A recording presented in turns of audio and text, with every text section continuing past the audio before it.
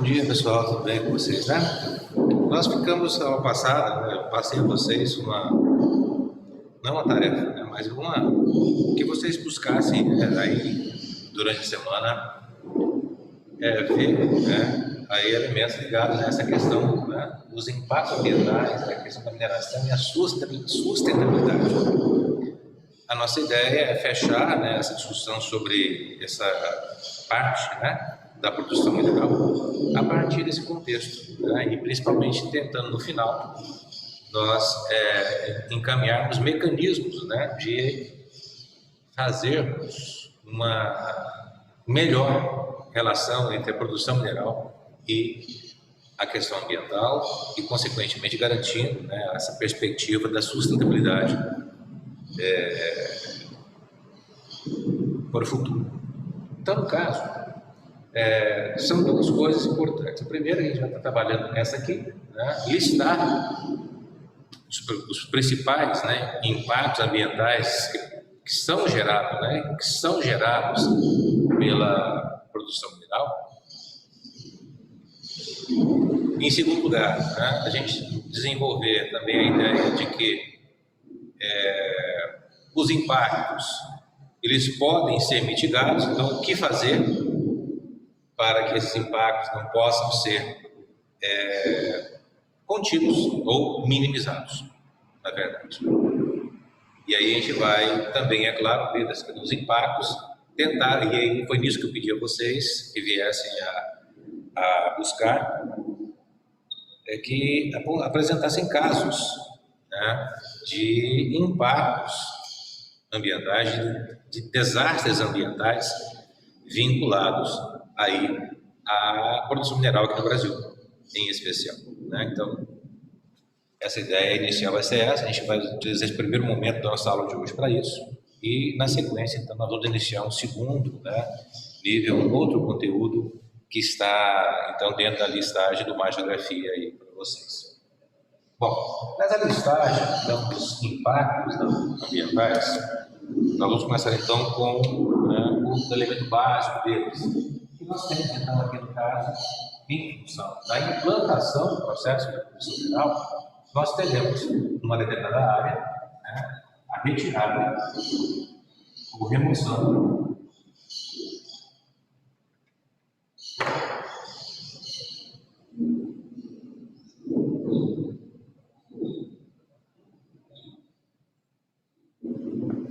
da cobertura vegetal.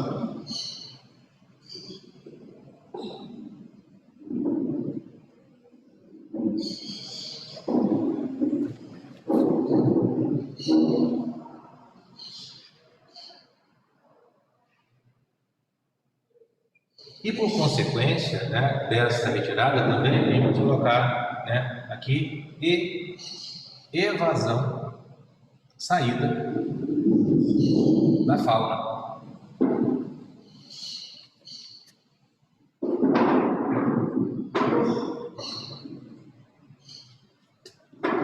Então, o básico, né, dentro de um contexto. Para muitos, esse impacto ele teria, então, menor peso, menor valor. Mas, discordando daqueles, então, que colocam isso como menos impactante, obviamente, tem que pensar na perspectiva, então, da biodiversidade e, é claro, da possibilidade de extinção de espécies, tanto vegetais quanto, né, animais, devido a esse quadro aqui estabelecido. Um segundo elemento importante, e em parte, né, decorrente desse primeiro, nós temos, então, aqui a intensificação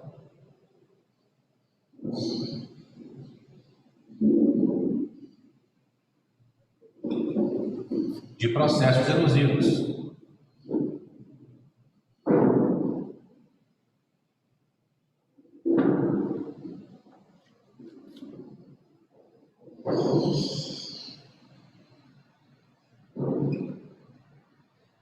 E todas as consequências ligadas à perda do solo, à instabilidade de uma área que passa a acontecer e passa a se estabelecer em função desses processos erosivos. É claro que aqui, então, também podemos colocar um outro que decorre, né, deste cenário, que é também, no caso, assoreamento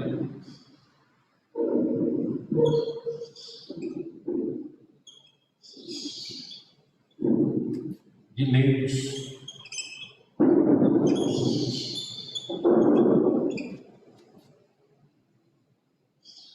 de rios e lagos.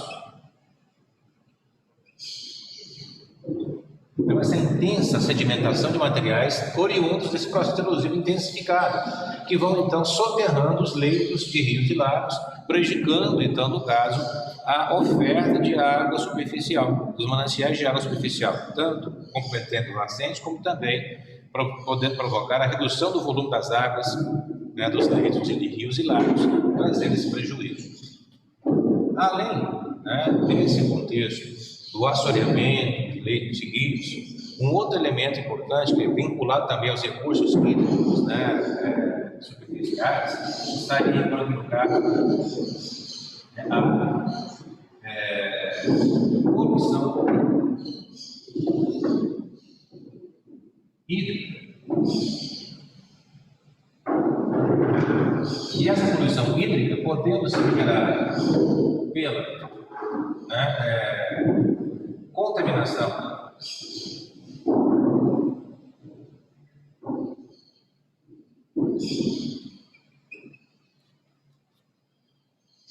por substâncias químicas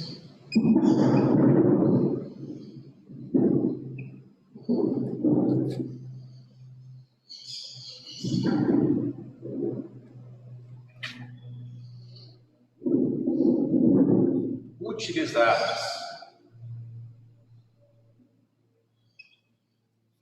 na separação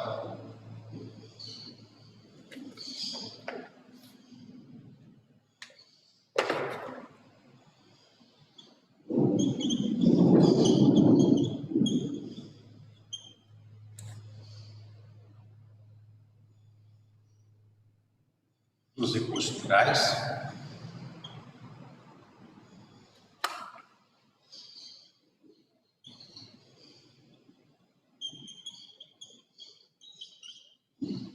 também podendo ser a poluição, né, através dos rejeitos, os resíduos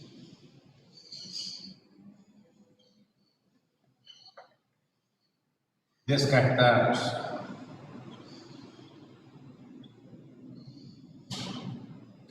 de forma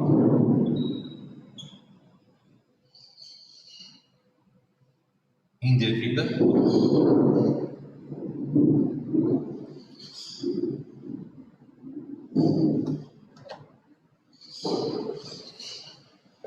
então sem tratamento,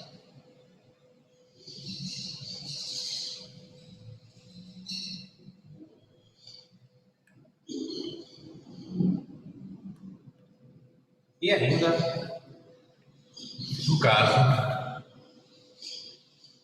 pelo vazamento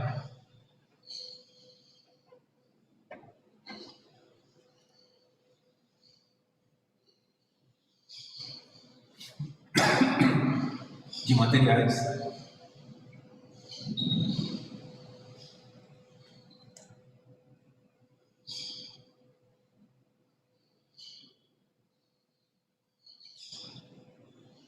no transporte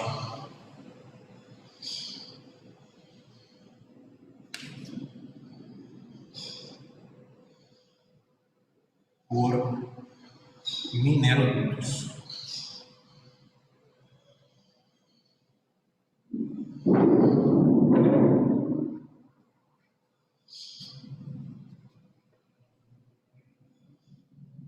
Só lembrando então que quando a gente fala em minerodutos, é um transporte que se faz dos recursos minerais extraídos através então de dutos, né, onde então eu uso água, vou diluir parte do material, né, que foi extraído, e vou então, através de bombeamento por canos, deslocar, né, essa produção para o local de beneficiamento dela. E então, no caso, muitas vezes pode acontecer, como já aconteceu em várias situações, de rompimento dos dutos e toneladas e toneladas de recurso mineral sendo, então, lançado aí em mananciais, né, de água e também sobre o solo, contaminando, então, aí com esses recursos.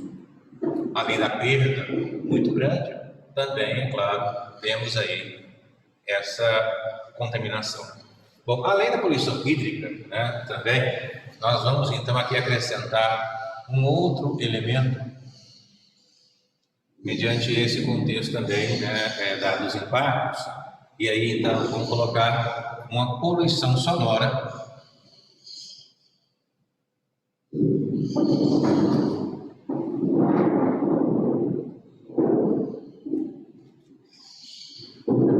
nas áreas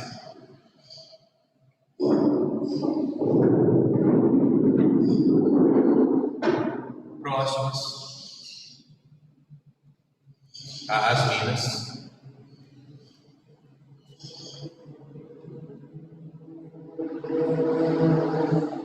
de extração.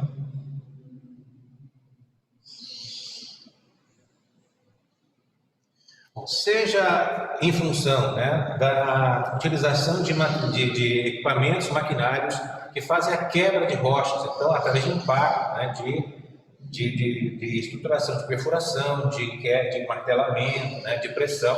Então, a maquinária é muito ruído, gera muito ruído. Ou mesmo em função das explosões que podem ser utilizadas na extração através de detonação de dinamite, né, de detonação de bombas, né, especificamente pré-programadas, para então fazer a ruptura das rochas e, consequentemente, estabelecer a retirada de blocos rochosos, principalmente quando se fala em pedras ornamentais, né, extrair granito, extrair mármore e outras mais. Além disso também, né, as estruturas, os maquinários de fazer a moagem, né, a trituração do recurso, principalmente quando se fala em extração de rocha, fazer brita, né, fazer material então para o uso do concreto. Então sempre, né, para eu poder então, fazer a moagem, a trituração, né, da rocha para poder então se transformar no recurso utilizável, o equipamento então é muito barulhento, gera muito ruído. E é claro então para a população que, né, ocupa áreas vizinhas de proximidade com a área mineradora, a poluição sonora é extrema. Além disso também, né, vale a pena colocar, né, que nesse contexto dos impactos ambientais, né, também na mineração nós podemos ter alterações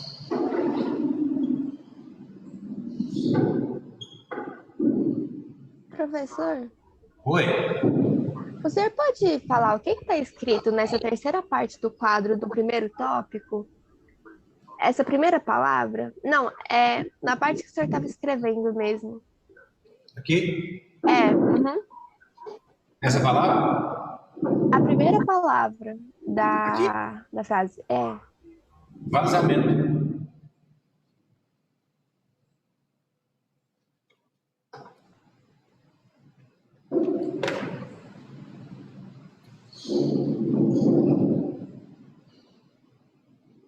Então, outro impacto seria a alteração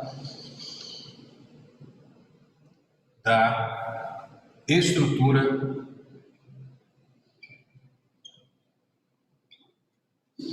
rochosa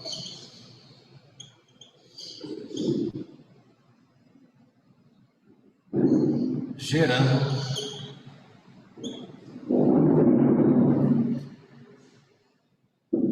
instabilidades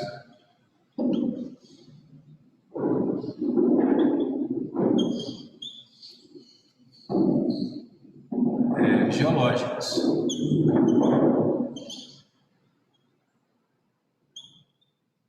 Inclusive, essas instabilidades, né, a ideia aqui é que possa ter então, como consequência até abalos sísmicos de pequena intensidade, mas abalos que podem então passar a ocorrer como uma forma de adequação ou readequação da estrutura rochosa local devido à extração. Desmoronamentos que podem acontecer com as minas subterrâneas quando são utilizadas, ou mesmo quando eu tenho, por exemplo, a detonação, né, de dinamite para a retirada de rochas, eu tenho também aí, no caso, o reflexo, né, dessas detonações em provocar maiores fendas, rachaduras em estruturas rochosas e gerar com isso também movimento, que gera então essas instabilidades geológicas que nós estamos colocando aqui. Então, de certo modo, né, nós temos uma lista não muito pequena de impactos que podem ser gerados pela produção mineral. É claro que, vamos supor que numa área em que tem um excesso mineral, tudo isso aqui vai acontecer? Não. Nós estamos colocando aqui as várias possibilidades, os vários tipos de extração e formas de extração mineral que nós temos, né, aí a acontecer. Mas um fato determinante ou fundamental nesse processo, né,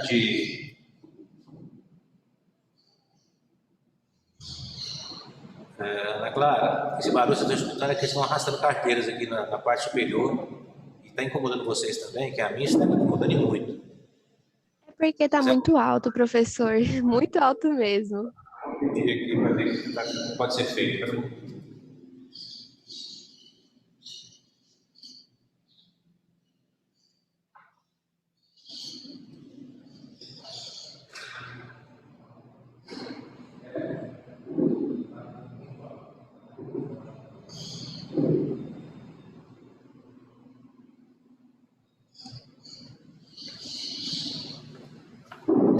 Pedir lá, ver se vou conversar para ver se pode melhorar um pouquinho, tá?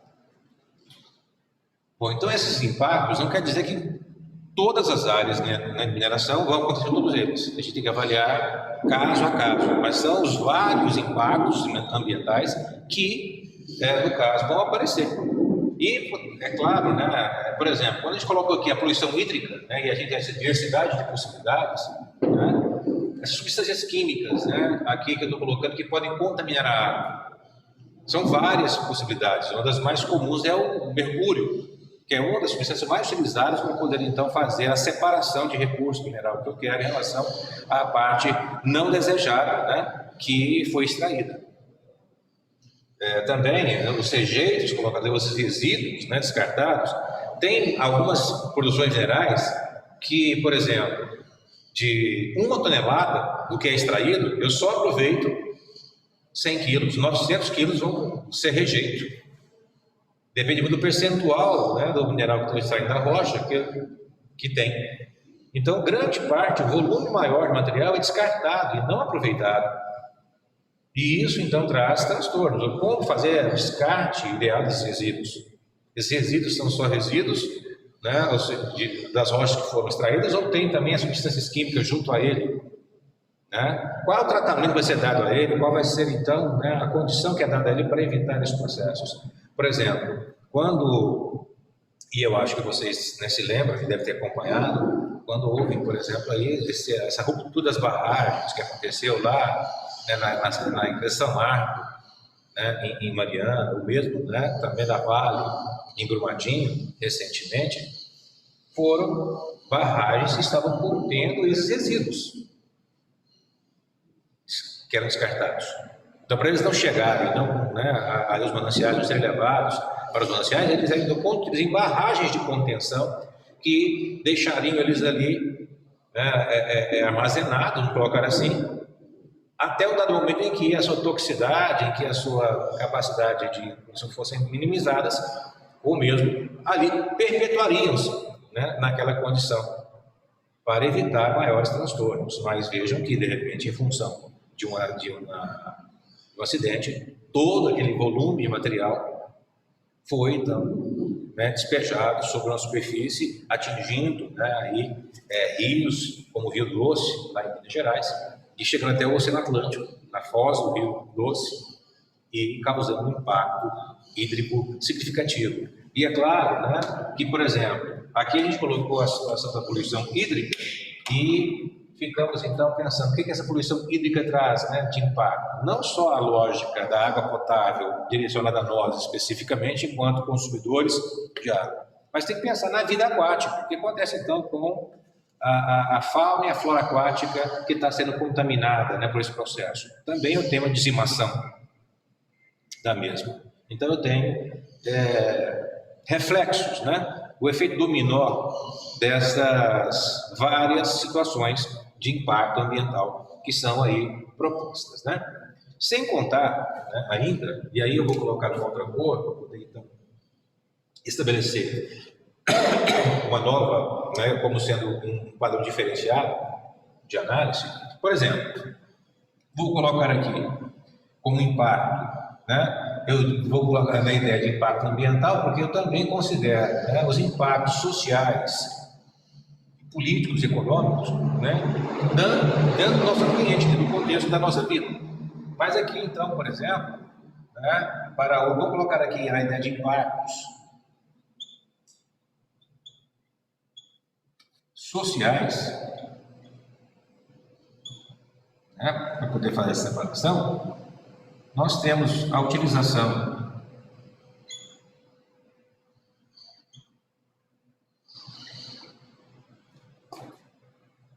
de trabalho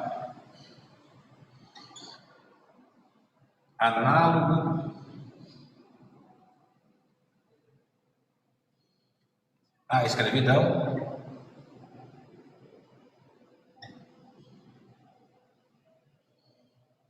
e trabalho infantil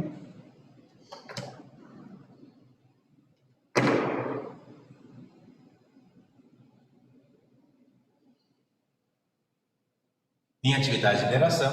Claro, não das atividades de mineração das grandes empresas mineradoras, da indústria ativa mineral. Estamos colocando aqui da extração em atividades muitas vezes clandestinas ou de garimpo, que então vão acabar, né, colocando o trabalhador, aquele que vai estar então envolvido diretamente no processo produtivo, em condições péssimas de trabalho, com jornadas longas, sem direitos, né, em condições sanitárias totalmente indevidas, e então isso é colocado como trabalho na escravidão ou mesmo utilização de mão de obra infantil. Pensando, por exemplo, nas práticas de extração de pedras preciosas, como diamantes, na África, em países africanos.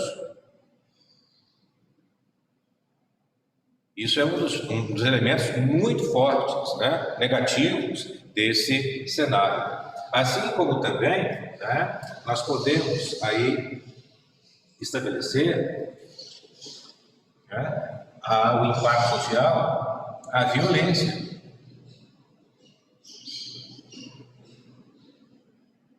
Nas áreas de garimpo.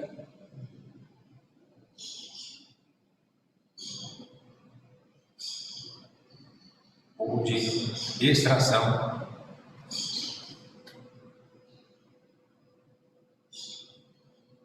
clandestina.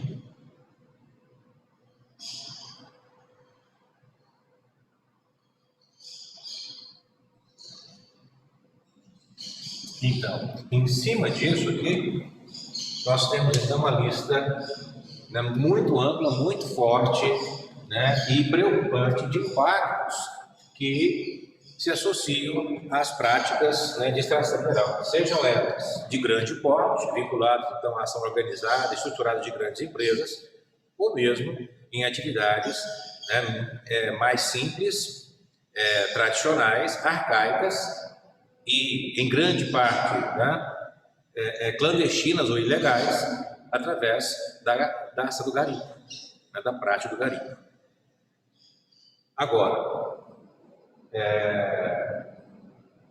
o que fazer, né? Como é que a gente pode, então, no caso, alterar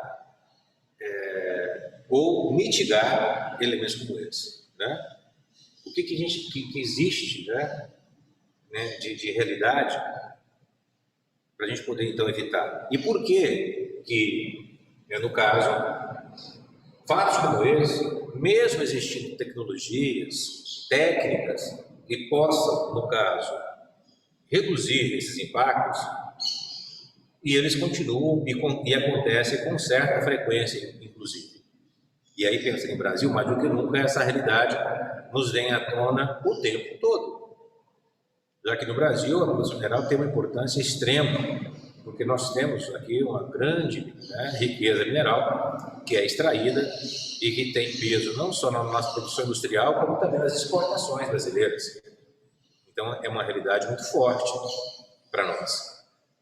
Bom, e é claro, né, todas as ações e todas as tecnologias e técnicas que vão ser utilizadas para conter ou minimizar os efeitos danosos, né, dos possíveis impactos da mineração sobre o espaço, são de alto custo, exigem investimentos significativos por parte daqueles que então executam a extração. E talvez aí esteja um dos elementos, né, marcantes para, de certo modo, haver uma certa resistência nesse uso. Mas, ao mesmo tempo, né, nós temos que estabelecer a ideia de que tudo passa pela questão da regulamentação. Então, é notório que no comportamento humano comum, e o empresarial não seria diferente, se não houver algo que me faça ter perdas, ou que seja ameaçado em fazer algo, ou deixar de fazer algo, eu não vou fazê-lo. Eu vou fazer se eu tiver a obrigação de, se eu tiver o dever de. E mesmo tendo dever de fazer algo, muitas vezes só faço com frequência se eu me sentir ameaçado realmente de não fazê-lo. Ou seja, quando eu percebo que realmente tenho um controle maior sobre esse assunto. Por que eu estou colocando isso para a gente pensar? Porque, na verdade, não basta a legislação ambiental que, então, de certo modo, determine, né, as ações que devem ser feitas. Mas eu tenho, por exemplo, que pensar na fiscalização da execução disso. Estão cumprindo ou não a legislação? E, ao fiscalizar e perceber que não está havendo cumprimento da legislação, das regras estabelecidas para poder, então, evitar ou reduzir os impactos ambientais, né, referentes à atividade, a punição efetiva ou o trabalho maior de conscientização por parte, né, dos órgãos competentes para que, então, seja alterado esse comportamento. Então, né, em cima disso que nós estamos colocando, para a gente poder, então, no caso, ter uma resposta para o que fazer em relação aos impactos, como reduzir os impactos ambientais,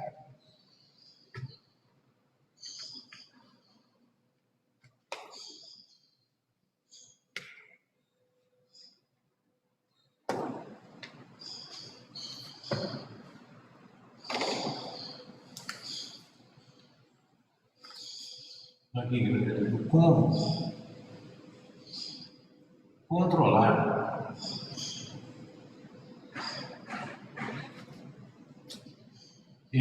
ou mitigar. E quando eu uso a palavra mitigar, aqui esse verbo quer dizer, então, reduzir, diminuir, limitar os impactos.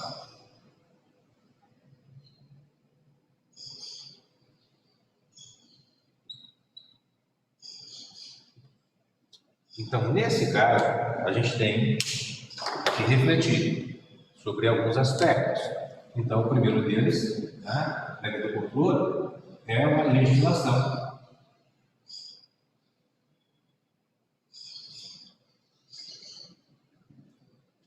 Coerente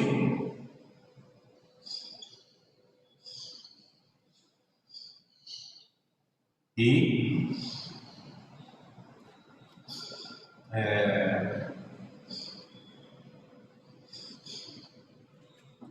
como é que eu colocar a palavra que eu colocaria aqui para trazer a ideia de que uma legislação que é coerente e seja execuível, que possa ser realmente cumprida.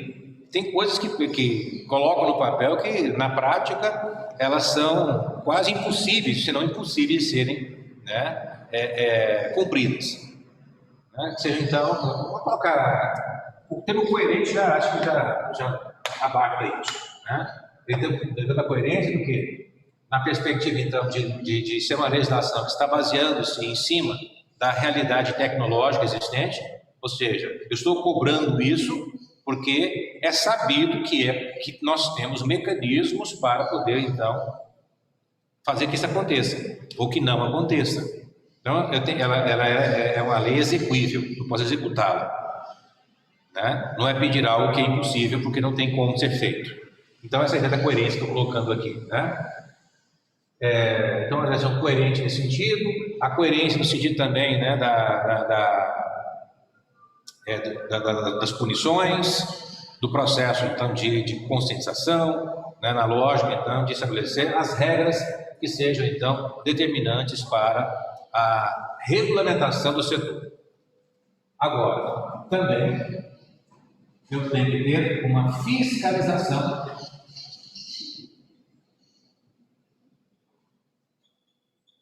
eficiente.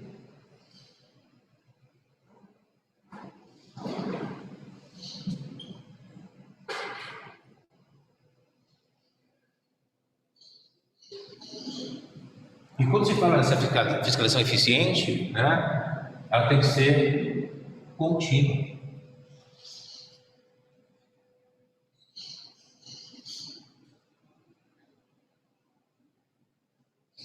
Contínua, abrangente.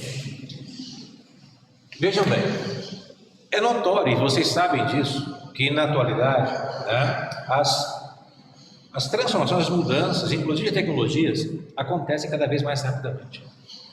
Então, as adaptações que são feitas, estabelecidas, né, nas atividades produtivas, são cada vez mais maiores e mais rápidas de acontecer. Então, os órgãos fiscalizadores não podem perder essa ideia. Eles têm que acompanhar esse processo de transformações e mudanças que são rápidas. E para isso acontecer, é necessário, então, que esses órgãos fiscalizadores estejam continuamente acompanhando o que está acontecendo e sendo feito pelas empresas, pelas atividades que estão desenvolvendo na produção. Eu preciso, então, né, ter em mente que as empresas mineradoras, elas estão preocupadas em seguir a legislação, porque elas sabem que haverá a presença, né, constante, contínua do agente fiscalizador, que poderá colocar em risco a sua prática, a continuidade da prática, se ele então constatar, no caso, atividades ilegais, ou a não presença daquilo que é colocado como obrigatório na sua prática. Então, a negligência por parte da empresa em relação a vários elementos se torna menor, porque ela então se sente ameaçada continuamente pela fiscalização, podendo ser então receber aí autuações, multas, por exemplo, ou até o risco de perder a concessão para a extração, o que seria um prejuízo imenso para ela enquanto empresa. Então é claro, né, que se eu tenho essa preocupação, eu vou ficar então mais atento a isso e vou executar. Então, por isso, a fiscalização eficiente e, no caso, contínua, ela deve então estar presente, né? Esses mecanismos. Né? Também é importante a gente estabelecer, né, aí né, contínuo processo educativo.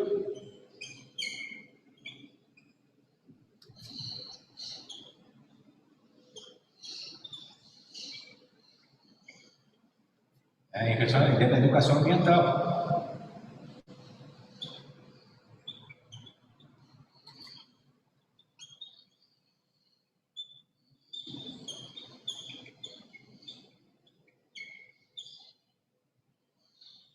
Então, tanto para, né, os envolvidos na atividade produtiva, como também para a sociedade como um todo, porque eu posso criar agentes fiscalizadores locais para fazer denúncias, porque ao terem noções, ao terem realmente conhecimento acerca, né, dos impactos possíveis e do que pode e o que não pode ser feito, e ele ou a comunidade percebe ou visualiza uma ação indevida, a denúncia para que então possa haver a atuação dos setores. Então é importante nesse contexto. Assim como também na educação ambiental, porque um outro impacto ambiental, né, que se tem, não na perspectiva, né, do meio natural, mas o impacto significativo da extração mineral, qual é? É a escassez ou o esgotamento, melhor dizendo, dos recursos que estão sendo extraídos. E então a educação ambiental, né, um contínuo processo educativo no sentido ambiental, da sustentabilidade, pode gerar, inclusive, mudança de comportamento quanto ao consumo,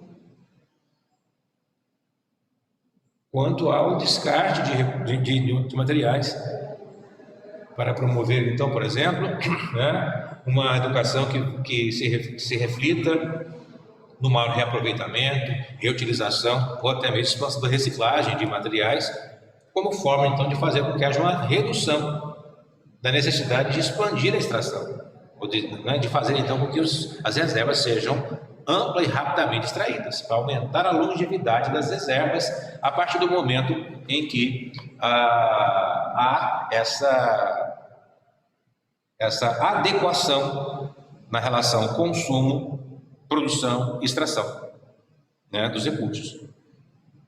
Então, vale a pena o investimento da perspectiva, então, de um processo educativo, né, da educação ambiental, tanto para melhorar, né, dentro das empresas a condição de trabalho, como também para que a sociedade como um todo, né, ela tenha a capacidade de mudar comportamentos, tanto na forma de consumir, como também na relação com a percepção dos problemas e, consequentemente, participação cidadã, no sentido, então, de denunciar e de fazer valer, né, no caso, as regras que protegem ela própria dos efeitos negativos da produção, né, mineral, quando feita de maneira equivocada ou quando não segue, então, as normas específicas. Então, é um tripé de elementos fundamentais com relação ao controle, né, à possibilidade de reduzir esses impactos. Então, e nesse contexto, então, para a gente poder lembrar disso depois, quando a gente coloca esse contexto educativo, então, né, com o objetivo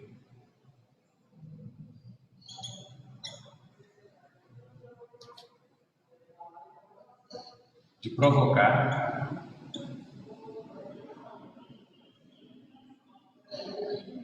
alterações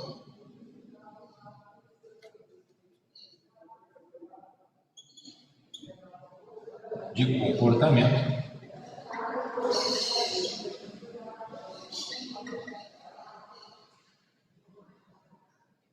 quanto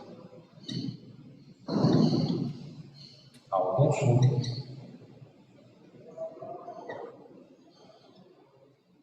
e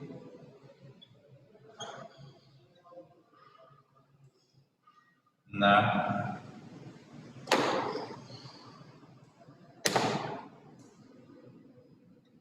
identificação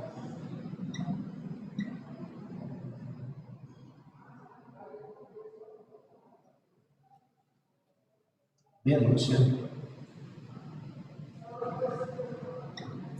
de irregularidades.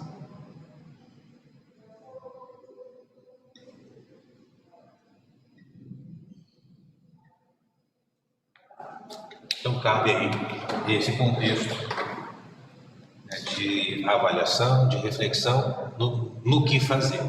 Por que isso? Porque, na verdade, né, não há como a gente imaginar hoje, né, nas relações e no mundo que nós temos hoje, na perspectiva de produção e de consumo que nós temos hoje, nós não temos, então, aí a condição de imaginarmos uma eliminação das práticas da extração mineral. A extração mineral ela é essencial no contexto da manutenção da qualidade de vida que nós adquirimos, né, nesse processo histórico de desenvolvimento que tivemos. Elas se tornaram indispensáveis. Então, não há como dizer, a partir de hoje não vamos extrair mais nada, para garantir, então, que nós tenhamos a manutenção do equilíbrio planetário. Isso não existe. Essa possibilidade é nula.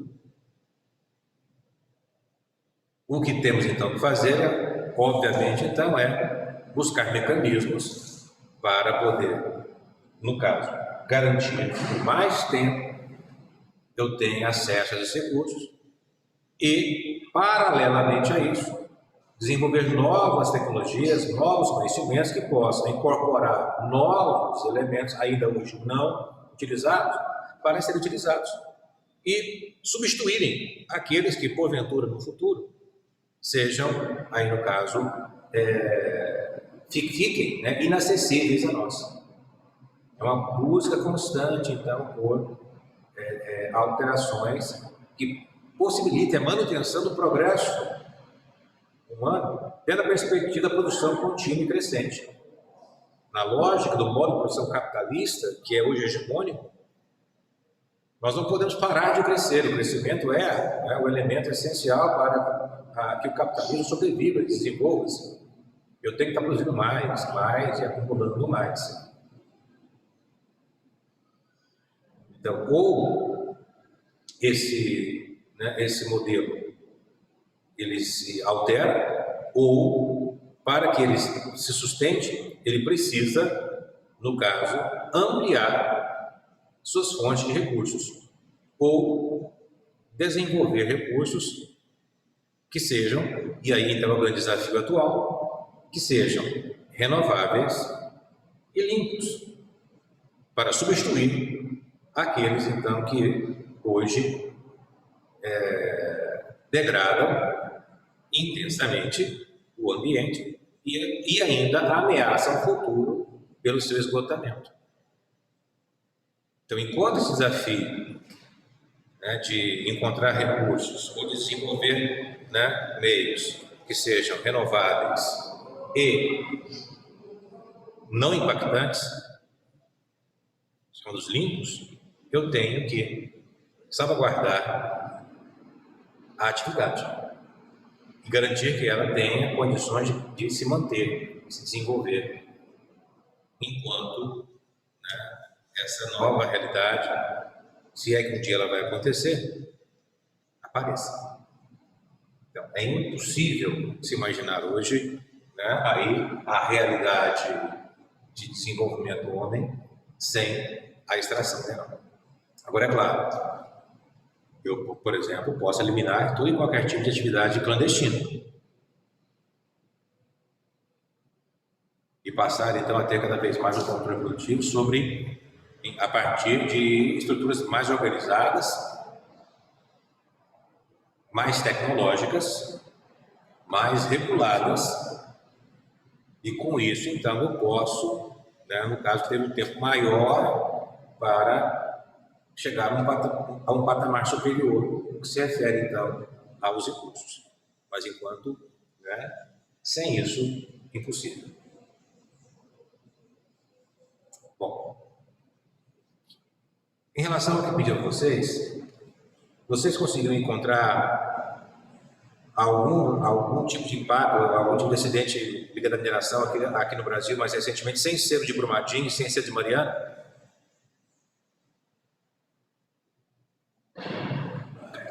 Está escrito no top lá direito, deixa eu ver, lá direito meu ou seu?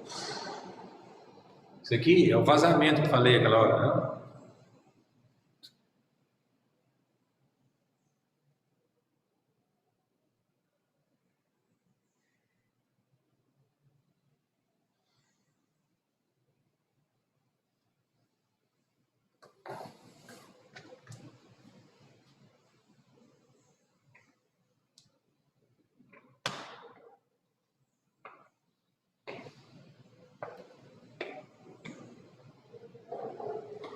Bom, gente, essa semana que vem agora vai chegar na plataforma para vocês uma lista de exercícios, né, vinculada então a esse assunto, né, que a gente tratou até agora com vocês, certo? E na medida que vocês forem fazendo, então, a gente vai resgatando essa temática. Vamos então passar para um outro tema que está no material, né, lá no meu Bernoulli, em relação então a mais geografia, que trata então, né, das da interdependência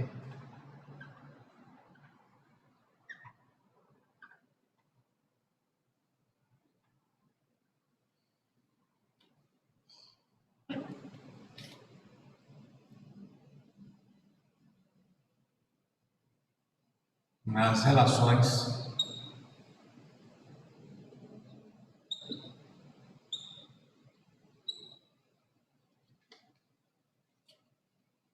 entre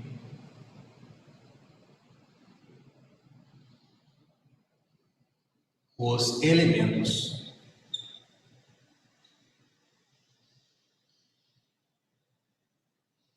naturais.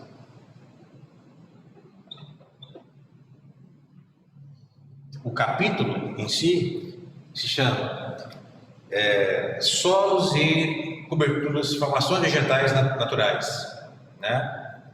Relações e importância, algo nesse sentido. Mas ele começa a desenvolver o capítulo através desse contexto, né? Dessa relação de interdependência, de uma dialética natural, né? Na formação das paisagens. E a partir disso, então, destacando como efeito dessa interdependência, solos e formações vegetais, né? Como fecho, o acabamento dessa relação de interdependência em si. Tá? Então, o capítulo que está no material do meu Bernoulli, lá né, no site do Bernoulli, está vinculado então a esse capítulo que fala sobre solos e formações vegetais, né, e suas relações. E o primeiro tópico, né, estará ali, né, fazendo uma discussão sobre essa interdependência, inclusive trazendo, né, um processo histórico, né, de qual foi o cientista que trouxe pela primeira vez essa análise, ou essa afirmação de que existe uma interação, uma interdependência entre os elementos que compõem a natureza, e então uma relação de cadeia de influências, né, de causa e efeito entre esses elementos naturais. Então, daí a integração e a interdependência deles na formação das paisagens, né, dentro do contexto de domínio, dentro do contexto, né, de formação diferenciada nos vários lugares. Aí, no caso, né, vamos lembrar do que vem a ser, quais são, né, o que vem a ser a interdependência e quais são esses elementos naturais aí que estão, né, sendo colocados como interdependentes. Bom, então, os elementos naturais.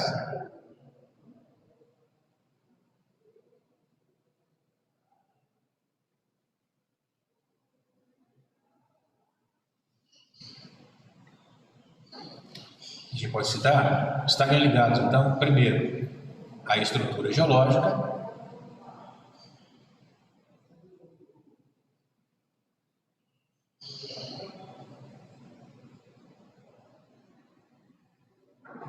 ligado à litosfera original, porque dela nós vamos ter, então, a formação, né, de outros elementos que compõem. Nós vamos colocar também o elemento natural, o relevo. Nós vamos colocar o clima. Nós vamos colocar a hidrografia.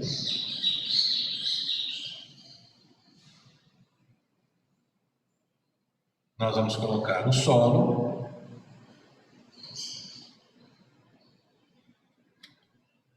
Nós vamos colocar, né, a vegetação.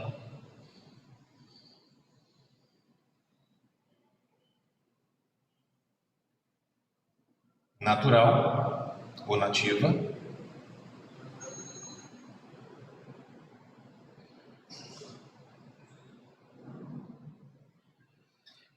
E vamos avaliar se não faltou nenhuma aqui das principais. Então, estrutura geológica, ok, o relevo, o clima envolvendo a atmosfera, a hidrografia envolvendo a hidrosfera, né? O solo e a vegetação nativa, que envolve aí também, né, aquilo que está inserido nela, que é a sua fauna, que é o bioma, os biomas. Muito bem. Então, esses são os elementos.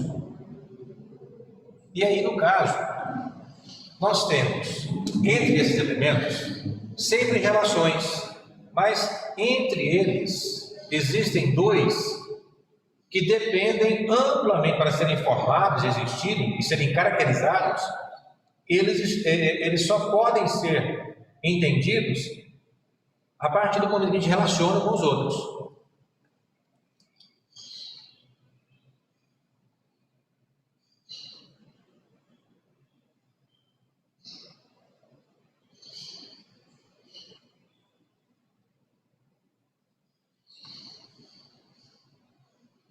Ana Clara, qual é a palavra que você quer? Qual, aquela parte que eu, essa daqui, aquela que eu apaguei, qual que é? Não, professor, não sou eu, não. É a Mariana que tá perguntando se conseguiu enxergar. Eu tô conseguindo, só que tá meio ruim, só isso, mas eu consegui enxergar sim. Tá, mas a Mariana, ela conseguiu ver o que que era? Ou a Camila está perguntando o que que era esse É primeiro... que você está escrevendo de vermelho, e o vermelho fica um pouco ruim para enxergar. Ah, então eu vou mudar a cor.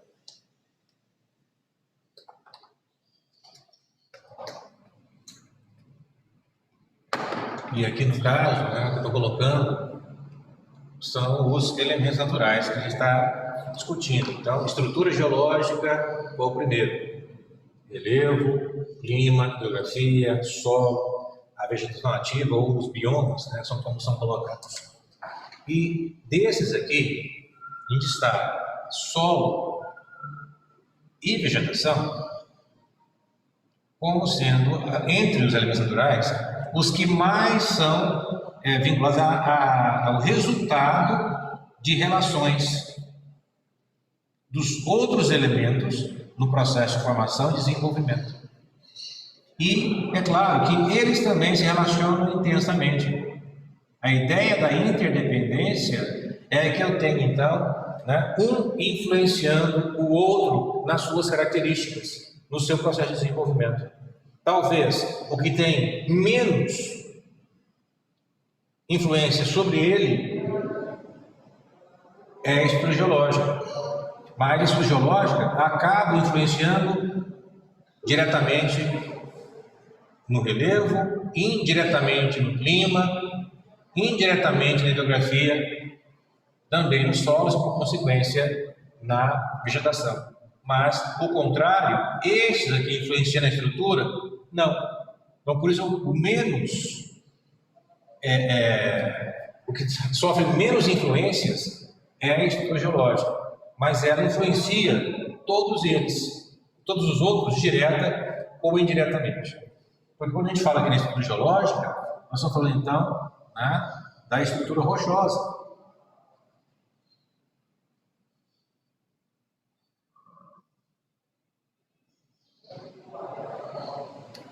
E a estrutura rochosa, ela vai então ter influências significativas em todos eles em si.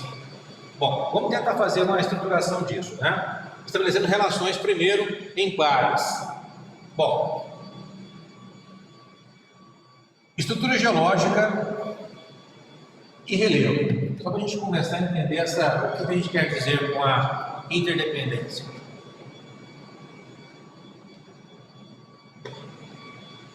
Então, aqui é um exemplo de interação.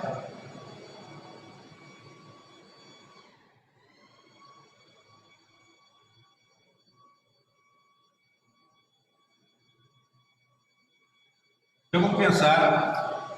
Nós temos três grandes estruturas geológicas. Vocês lembram disso? Escudos cristalinos, terrenos sedimentares e dobramentos modernos, que são as grandes cadeias montanhosas.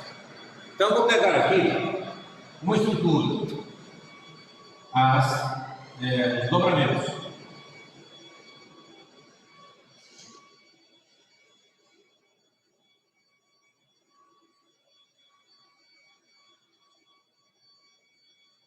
Recentes. Grandes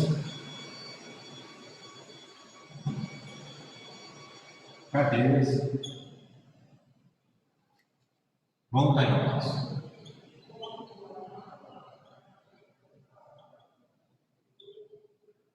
Então, essa estrutura geológica dos dobramentos modernos ou recentes, cadeias montanhosas, elas então determinam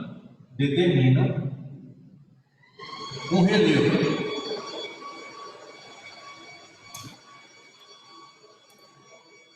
de grandes altitudes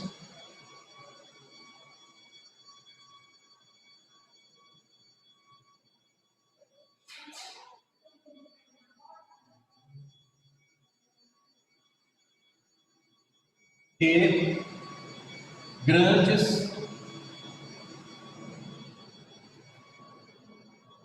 variações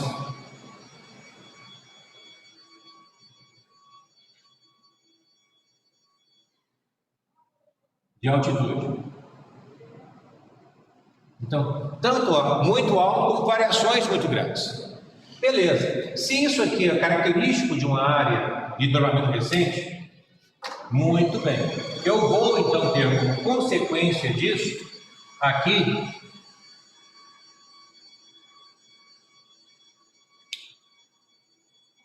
por exemplo, pensando agora na influência disso aqui no clima. Os climas, ou as condições climáticas,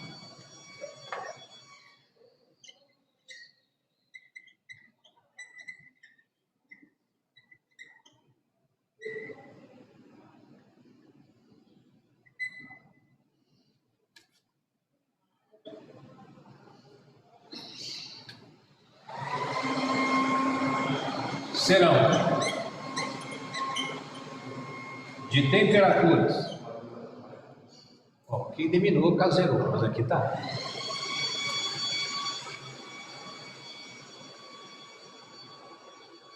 Então, as condições climáticas serão de temperaturas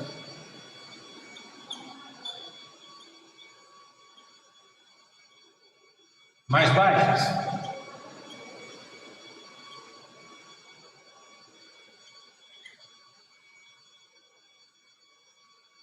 em função disso, nós teremos, não no relevo de grandes altitudes e grandes variações de altitude, teremos uma hidrografia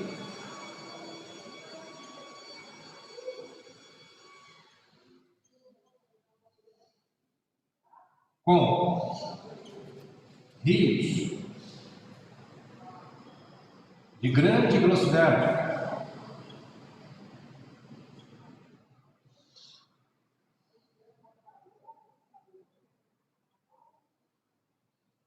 de correnteza ou de deslocamento,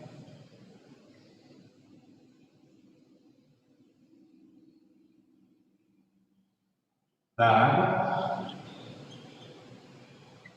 e, por conseguinte, grande potencial erosivo.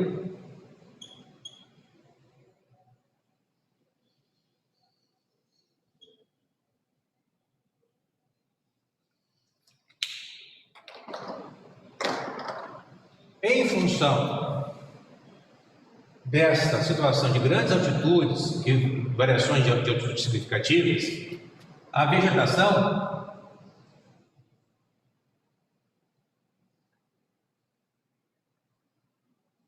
diversificada,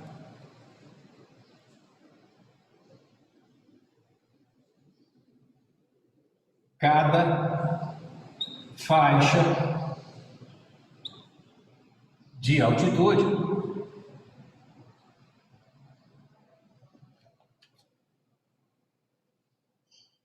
apresenta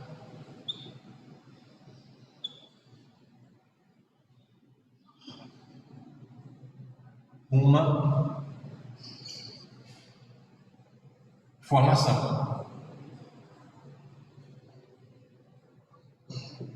Por quê? Porque a cada altitude diferente eu tenho condições climáticas diferenciadas. Então vejam que a partir de uma análise, né, em geral, eu vou então a partir de um elemento, mostrando que traz para um outro elemento uma característica que, por sua vez, conduz aos outros elementos terem também, né, aí, elementos específicos e característicos. Então, essa é a ideia de conexão, de integração que existe entre os elementos naturais. E essa ideia, né, para a gente poder, então, por exemplo, né, chegar ao ponto, né, de uma região que tem grandes altitudes e grandes variações de altitude, o que se espera, né, e que tem, então, uma área de grande poder erosivo devido à hidrografia, o que se espera de um solo? Os solos são rasos, por exemplo, por consequência disso, não consegue acumular em grande volume.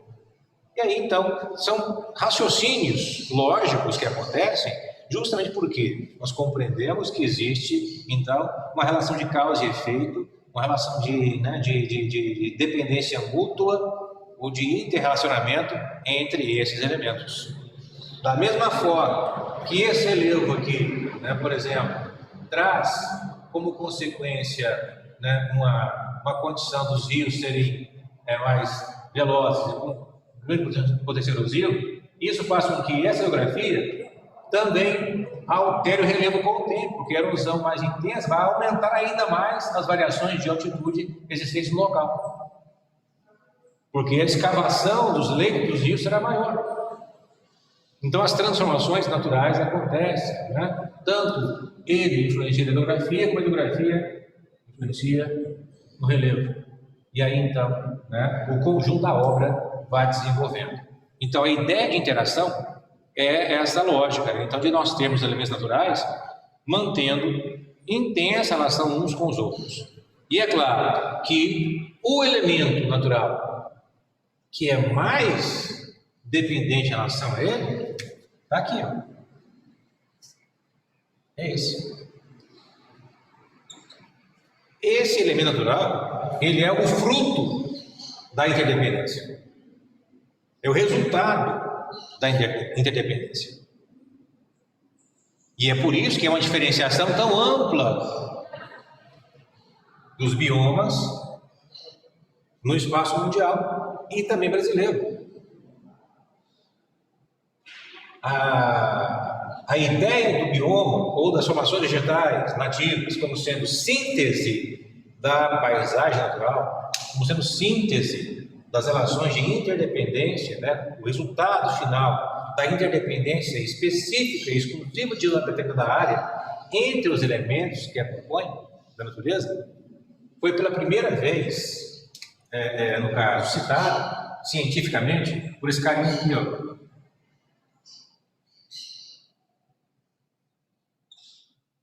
Humboldt, um cientista natural que viveu aí no final do século XVIII, início do século XIX, e que teve, né, um papel determinante no processo de desenvolvimento do conhecimento sobre, né, a natureza, em especial na questão da biologia, né, na questão da vida. Humboldt foi um dos principais, vamos dizer assim, né, influenciadores, por exemplo, de Charles Darwin, no desenvolvimento de sua teoria. E aí, né, já trazendo nomes que vocês já conhecem por terem visto, né, aí as teorias da evolução das espécies e assim por diante.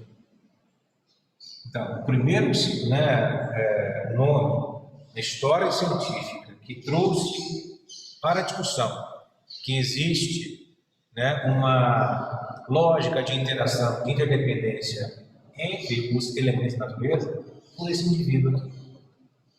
E, a partir das suas ideias, daquilo que ele então preconizou, né, desde o início do século XIX em diante, né, na sua carreira enquanto cientista natural, professor universitário da época, né, e um viajante, né, viajando pelo mundo, e espero aqui na América, teve uma presença muito grande, na América do Sul, na América como um todo, fazendo estudos, né, para a descrição das diversas paisagens e a compreensão das suas características. Ele, então, intuiu, né, esse processo. E por isso, então, que a diferenciação das paisagens vegetais e dos solos, isso também, ao longo do mundo, nas áreas habitadas, ocupadas ou emersas do planeta, estão diretamente associadas a esse processo. Porque tanto o solo quanto a vida, a biosfera, eles então sofrem a influência extrema dos demais elementos para se formarem, para terem, aí no caso, a condição de não só de surgirem e formarem, como também de se caracterizar, de tomar o formato ou as características que eles possuem especificamente.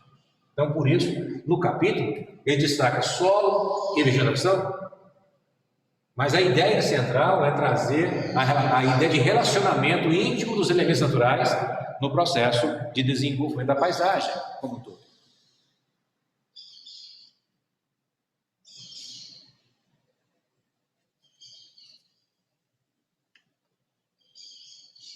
A Vila Guedes pede para eu dar zoom. Como é que eu dou zoom aqui?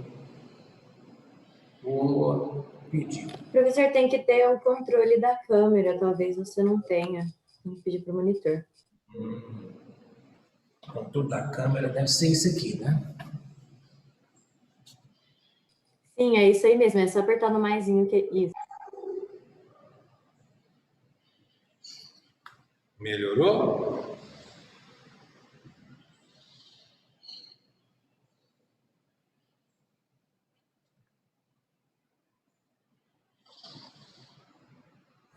Pegou tudo, né? Não ficar nada de fora.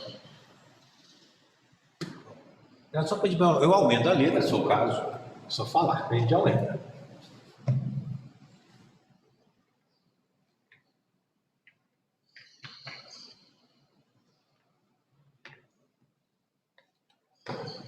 Então aqui, entre os elementos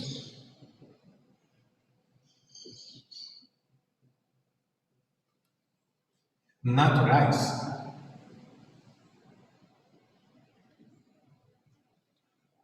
os solos e as formações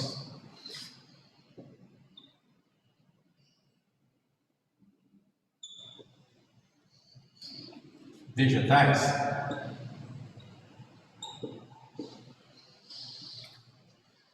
são os mais influenciados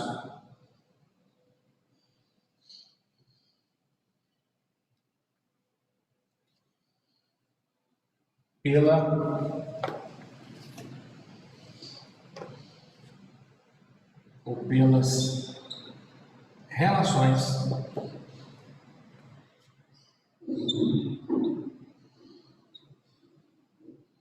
de interdependência.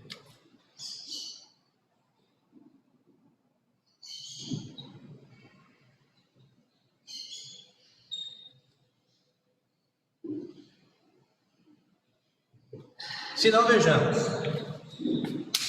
Aí, recordando algo que nós vimos nós mesmos juntos no ano passado. Um exemplo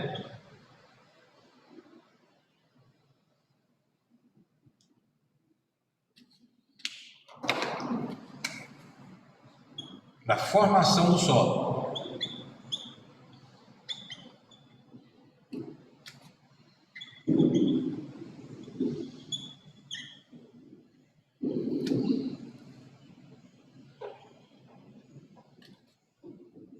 Então, primeiro, como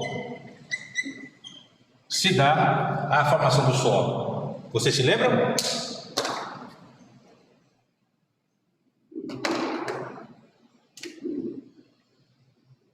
Esse solo ele é formado através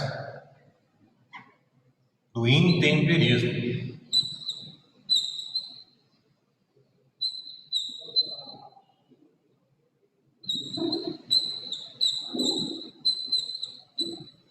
Então, é o intemperismo o principal agente formador do solo. ter mais processos erosivos.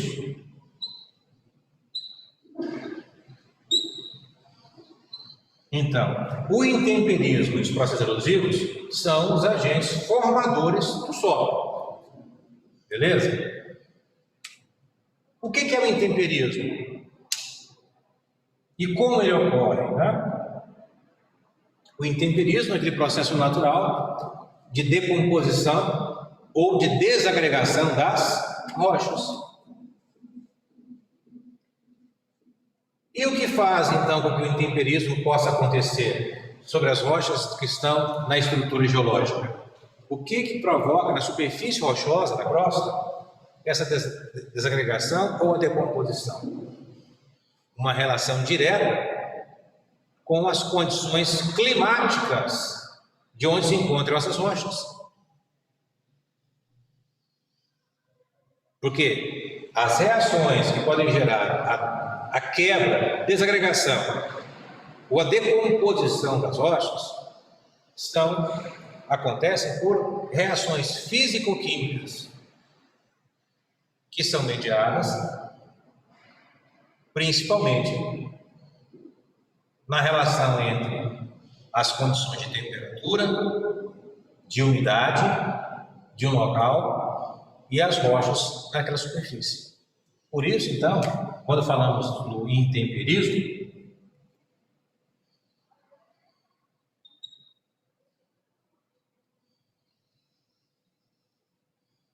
ele é causado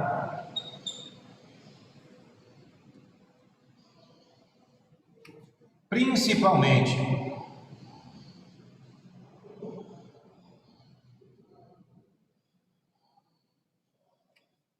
pela influência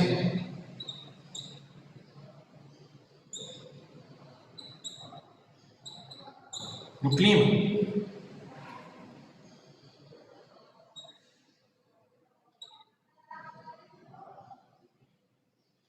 E os processos erosivos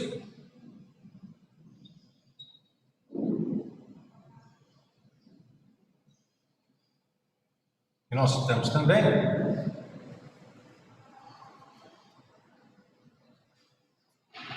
os tipos diferentes de processo erosivo também estão associados pela influência do clima.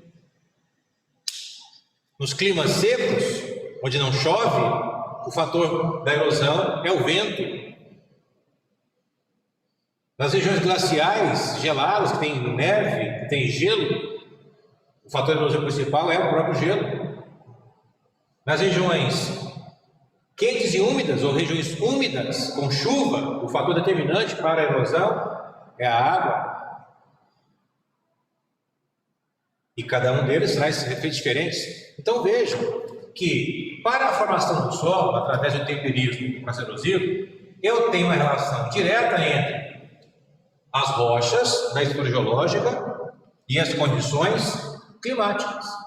E daí, então, o intemperismo ele pode se manifestar no contexto físico e no contexto químico. Então, temos o intemperismo físico e temos o intemperismo químico. No intemperismo físico, ocorre a desagregação das rochas. Sem alteração da composição química, só há alteração da estrutura física, com a fragmentação da rocha. E esse intemperismo físico está associado a regiões de climas secos, com a ausência da água em estado líquido. Então, o intemperismo físico acontece nas regiões glaciais, frias, e nos desertos quentes. Enquanto que o intemperismo físico, químico, é o intemperismo que provoca a decomposição das rochas em superfície. E a decomposição de uma rocha, quer dizer, ocorre alteração química. Então eu tenho que ter a rocha e outra substância química em contato com ela para haver a reação E essa reação é mediada pelas temperaturas também. Então, qual é a substância química mais comum em contato com as rochas de superfície? É a água. Por isso, o intemperismo químico é típico de regiões de climas úmidos, chuvosos. E é claro, o solo formado por intemperismo físico tem características totalmente diferentes dos solos formados por intemperismo químico. Eles são diferentes nas suas características. Eles estabelecem, então, mecanismos, né, ou estruturas, caminhos diferentes de análise, tanto na sua composição, como na sua estrutura, na sua granulometria, ou seja, no tamanho dos grãos, dos sedimentos que formam esse solo, na profundidade dele também.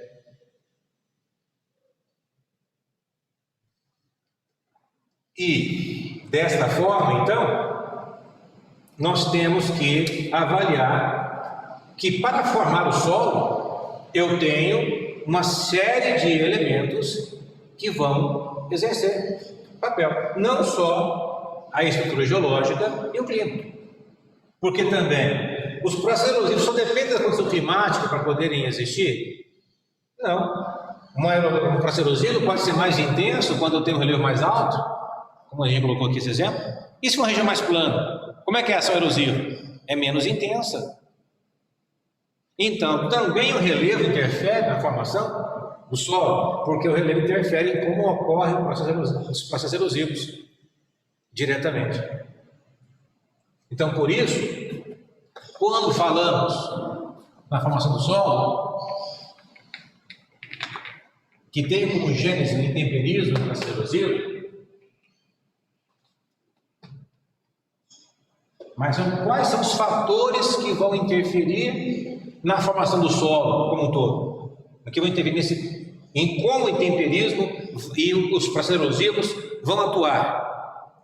E aí, então, os fatores, tudo isso é recordação que a gente viu no passado. Vamos poder reafirmar isso. Então, que fatores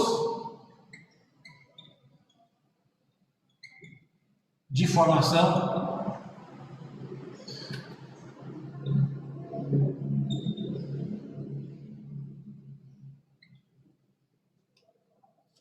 dos solos.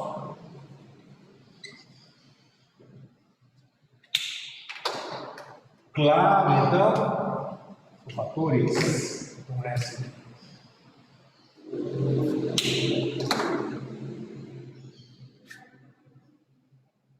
As rochas. Claro, né? Quem sofre intemperismo? É a rocha que está em superfície. Então, o tipo de rocha que tem vai influenciar no solo, no seu tipo, nas suas características. Em especial as suas características químicas. Quais os nutrientes que ele tem? Quais substâncias químicas tem o solo? Muitas delas, então, vêm das rochas que foram intemperizadas.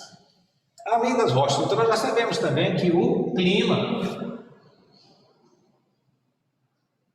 que de acordo com o clima, o tipo de intemperização vai ser diferente. Além do clima e das rochas, então o que mais? Já colocamos aqui um exemplo, que os processos erosivos não são só explicados pelo tipo climático que existe, mas também pelo relevo que a superfície apresenta. Então, também vamos colocar aqui o relevo, influenciando na formação do solo. O relevo, ele então influencia diretamente na ação erosiva e pode, então, com isso, determinar, por exemplo, solos mais profundos, solos mais rasos. Em áreas de relevo muito inclinado, os solos tendem a ser rasos. Em áreas de relevo mais aplanado, os solos tendem a ser mais profundos. Tendência. Justamente em função de que nas áreas mais inclinadas, na superfície, o escoamento superficial, a lei da gravidade atua mais intensamente, dando mais poder à erosão. Enquanto que nas áreas mais aplanadas, o deslocamento da gravidade então é mínimo e, consequentemente, então, com velocidade de deslocamento baixa, a ação erosiva é menor. Então, acumula mais do que sai materiais. E, com isso, nós temos, então, diferenciações quanto à profundidade do solo. Um outro fator também eu posso colocar as características hidrográficas.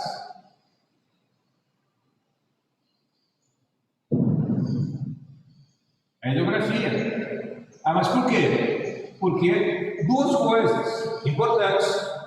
Os rios, por exemplo, não são agentes de erosão? Eles não têm um escavamento no leito, a água corrente não está escavando quando ele passa, então a hidrografia vai dar de certo modo, né? Vai dar de certo modo também uma explicação de como se dão os processos erosivos que foram responsáveis pela formação do solo e por sua evolução. Mas outra coisa, os rios não carregam sedimentos também? Então ele tira de algum lugar e carrega para outro. Então alguns solos são formados por deposição de materiais que foram carregados pelos rios. Então eu não posso negar que a hidrografia influencia. E é claro, beleza, tudo isso aqui acontece ao longo do tempo.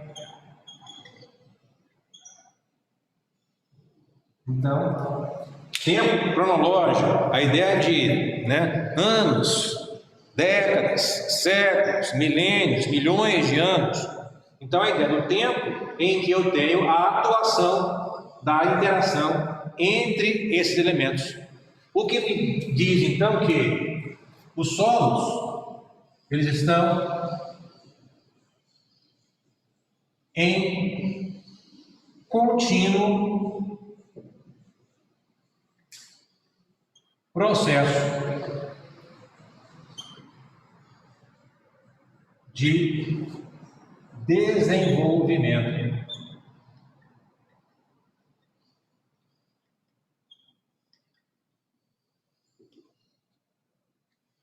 Nunca está pronto e acabado. Todos os solos sofrem, ao longo do tempo,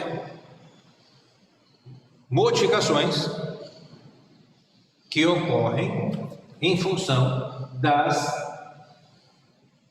relações de interação entre os fatores determinantes de sua formação. Agora, beleza, se está em contínuo processo de desenvolvimento, quer dizer, então ele apresenta-se como um elemento dinâmico.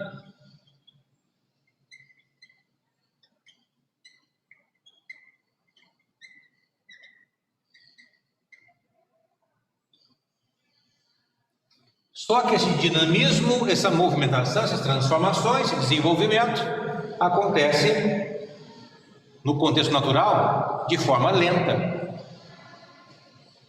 Então esses processos são lentos.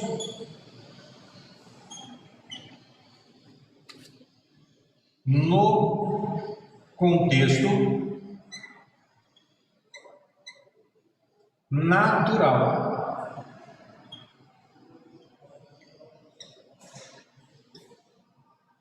Eles são lentos quando dependem única e exclusivamente dos fatores de formação de ordem natural. Mas aí volto mais uma vez a citar aquele autor, aquele cientista, o Humboldt, que foi o primeiro também a apresentar uma outra afirmação e que hoje ela é muito fortemente difundida, defendida e até ampliada, que é no caso então a de que esta velocidade de evolução e desenvolvimento pode ser acelerada a partir da atuação humana, da ação antrópica. Quando então ele interfere diretamente nas características de um desses elementos formadores do Sol, determinando a formação do Sol. Aí, no caso, ele pode acelerar esse processo de transformação, de desenvolvimento que é contínuo nos solos, só que num processo de tempo natural bem lentão. Beleza? Então, quando a gente trata da influência humana, nós temos que pensar, mais uma vez, no momento em que isso acontece, que é justamente o momento em que Esse pesquisador, esse cientista, o Humboldt, ele está desenvolvendo as suas ações, né? Está pesquisando. Porque essa interferência humana sobre o meio natural, de forma mais contundente, mais intensa e capaz de gerar, né, alterações nos padrões naturais de desenvolvimento, só se manifestam de forma concreta após a Revolução Industrial e com a expansão da sociedade industrial. E, é claro, de todas as consequências da expansão das relações entre as sociedades industriais e as áreas não industriais. Lembrando em relação de metrópole industrial em colônias, por exemplo, aqui na América. Em uma das visitas que ele fez aqui à América, em América do Sul, a Venezuela, o Humboldt percebeu, por exemplo, quanto que um lago lá da Venezuela, e foge o nome da santa aqui agora, que é o nome do lago, que o lago estava cada vez mais entupido, entulhado de sedimentos e perdendo, então, profundidade e, consequentemente, reduzindo o volume de água. Ou seja, está sendo assoreado, o que nós chamamos de assoreamento. E aí, então, é claro, ele associou isso ao que ele via, o desmatamento que houve da formação vegetal em torno do lago para fins agrícolas, gerando, então, aceleração do processo erosivo que ocorria na área, perda do solo, que era, então, lançado e depositado dentro do leito do lago, fazendo com que a área que tinha, né, originalmente uma característica natural, né, paradisíaca, que transformou-se numa área economicamente rentável, mas que foi perdendo a sua capacidade produtiva e deixando de ser tanto um paraíso natural, como também deixando de ser, depois, uma área economicamente ativa, produtiva e fértil, porque ela foi arrasada e perdeu, então, as duas características anteriores, transformando-se no nada, numa área desertificada, usando os termos atuais que nós temos de conhecimento. Então, essa perspectiva, então, de colocar que é dinâmico, mas é lento, no contexto natural, porque todo esse cenário colocado pode ser, então, alterado com a intervenção humana, né? Esse processo de intervenção que altera o equilíbrio, que altera as relações existentes entre os elementos da natureza que caracterizavam aquele ambiente antes da interação. Então, por isso, né, é importante a gente fazer essa observação.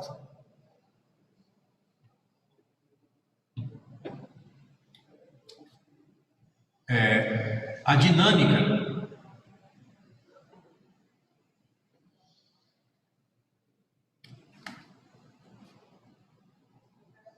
das transformações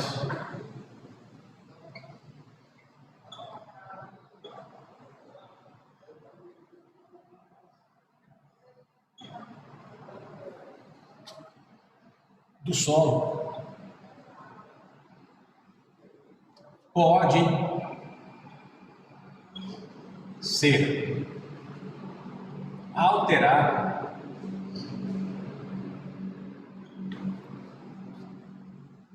pela ação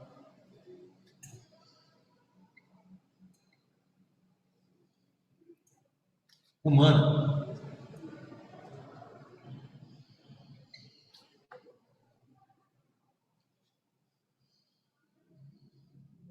A ação essa não que pode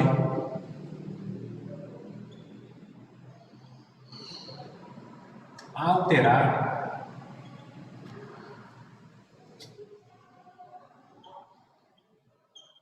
então pode alterar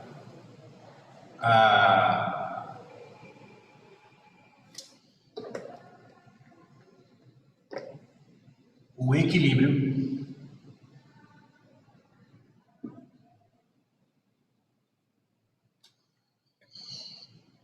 da paisagem natural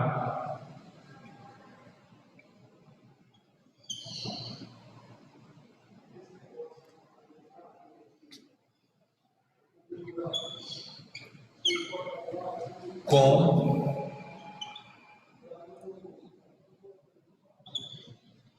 a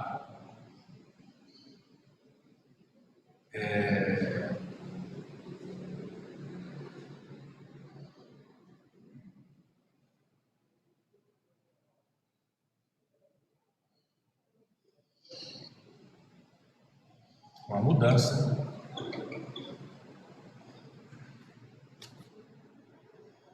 de um dos fatores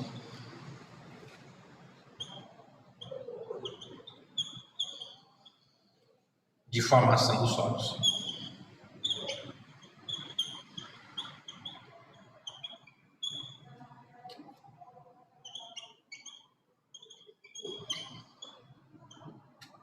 Dado então como exemplo,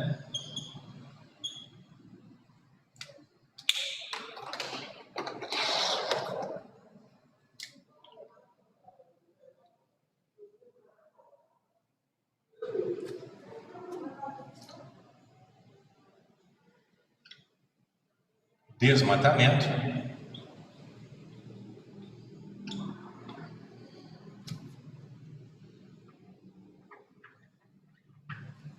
provoca então uma intensificação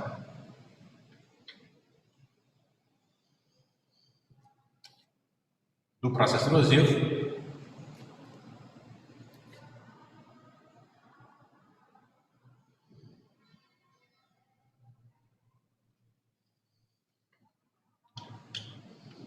que por consequência gera a perda do solo.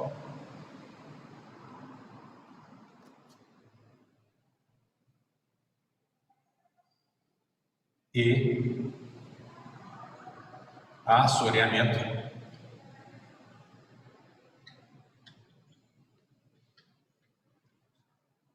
da rede hidrográfica.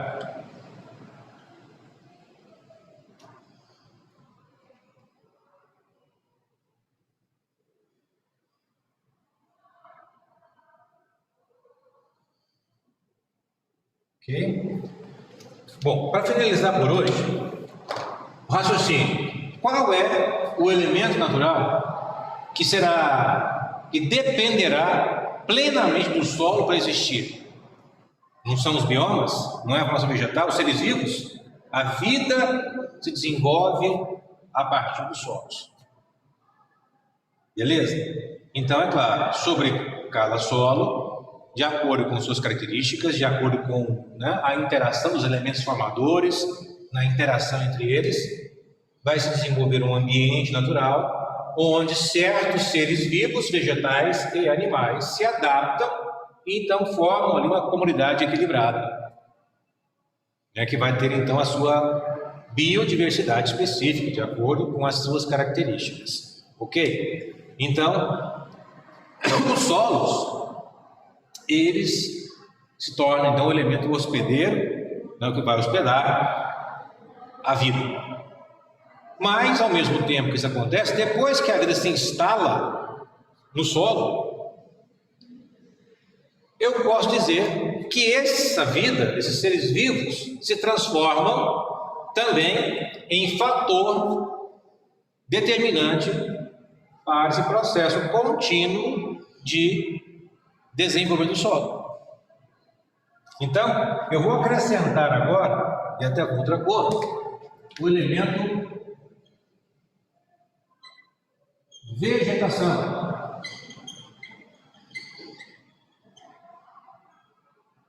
Vou colocar mais amplamente o bioma. Por quê? Porque, veja, já fiz o raciocínio. Isso aqui depende do solo para existir, para se estruturar. Mas depois que ela está presente, se torna um elemento de formação e de desenvolvimento do solo. Porque o bioma diretamente extrai do solo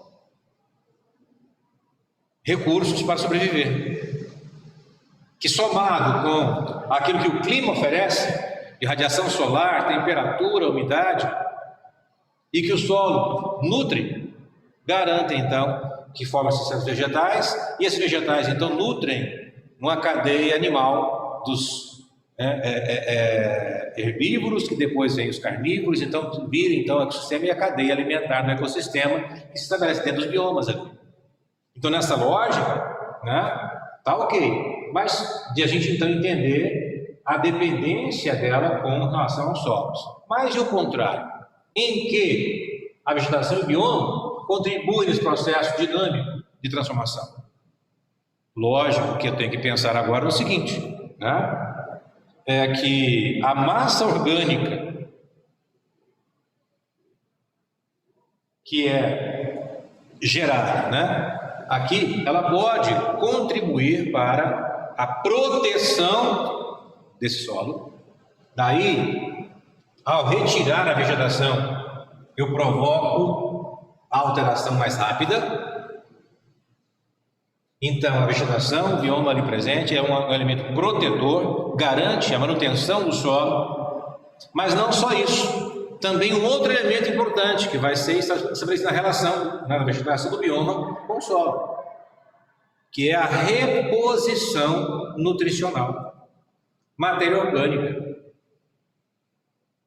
que pode se incorporar ao solo, aumentando ou mantendo a sua capacidade nutricional, a sua fertilidade. O humus, a matéria orgânica que está entre, né, os componentes do solo, vem da formação vegetal do bioma que está ali assentado sobre ele. É como se fosse, então, entre aspas, é claro, né, uma comparação que a gente está colocando, pagamento, né? Ele me dá nutrientes, eu preciso deles, aquilo que então, né, quando um vegetal morre, então cai folhas, caem galhos, né, desprezam essa matéria orgânica que se desenvolveu em função do solo, devolve para o solo parte do que foi retirado dele ao longo do tempo. E com isso, então, ele se autossustenta num ciclo natural, né, específico. Então, nesse contexto, né, a partir do momento que a vegetação ou o bioma se instala sobre uma paisagem como síntese de um processo de interação, ela passa a integrar esse métier de integração que nós aqui desenvolvemos, criando uma relação de intimidade, uma relação de interdependência com todos os outros, com o solo diretamente e com os demais de forma direta e indireta. Ok? Então, mais ou menos esse elemento. Na próxima, nós damos sequência, então, nessa lógica de entendermos um pouco mais essa interação e fazermos, então, a distribuição dos solos e das formações vegetais dos biomas do espaço mundial, entendendo, então, a diversidade e diferenciação das paisagens no mundo. Ok? Obrigado, bom final de semana para vocês. Fiquem com Deus.